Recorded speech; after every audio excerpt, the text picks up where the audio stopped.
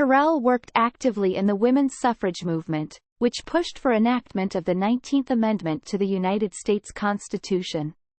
Though Terrell died in 1954, her legacy and early fight for black women to vote continues to be cited. As the war was winding down, Terrell and her daughter Phyllis joined Alice Paul and Lucy Burns, of the National Women's Party, to picket the White House for women's suffrage. Terrell was instrumental in integrating the American Association of University Women. From 1905 to 1910, she had actually been a member of that organization's Washington, D.C. chapter as an Oberlin graduate. However, she let her membership lapse due to growing involvement in other civic commitments. By the time she sought reinstatement in 1946, the chapter had become all-white and refused her application.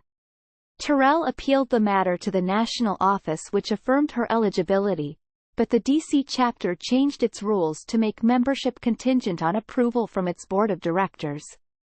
After the chapter refused to amend its bylaws, the AAUW's national office filed a lawsuit in federal district court on Terrell's behalf, but lost the case. This led to the overwhelming passage at the organization's 1949 convention of an anti-discrimination requirement. Incidentally, a number of the Washington, D.C. chapter's white members subsequently resigned in protest and formed their own organization, the University Women's Club of Washington. In 1948, Terrell won the anti-discrimination lawsuit against the AAUW, and regained her membership, becoming the first black member after the exclusion of people of color within the D.C. chapter.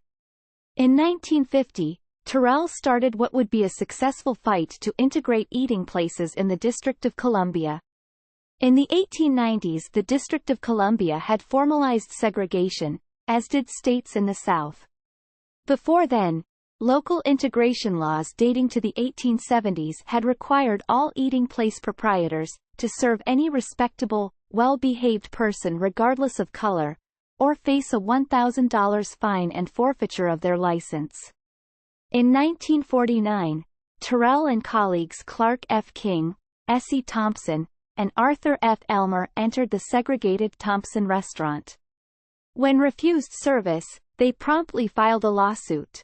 Attorney Ringgold Hart, representing Thompson, argued on April 1, 1950, that the district laws were unconstitutional, and later won the case against restaurant segregation.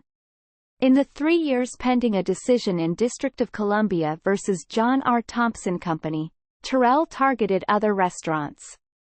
Her tactics included boycotts, picketing, and sit-ins. Finally, on June 8, 1953, the court ruled that segregated eating places in Washington, D.C., were unconstitutional. Terrell was a leader and spokesperson for the Coordinating Committee for the Enforcement of the District of Columbia anti-discrimination laws, which gave her the platform to lead this case successfully. After the age of 80, Terrell continued to participate in picket lines, protesting the segregation of restaurants and theaters. During her senior years, she also succeeded in persuading the local chapter of the American Association of University Women to admit black members. She lived to see the Supreme Court's decision in Brown v. Board of Education, holding unconstitutional the racial segregation of public schools. Terrell died 2 months later at the age of 90, on July 24, 1954, in Anne Arundel General Hospital in Highland Beach, Maryland.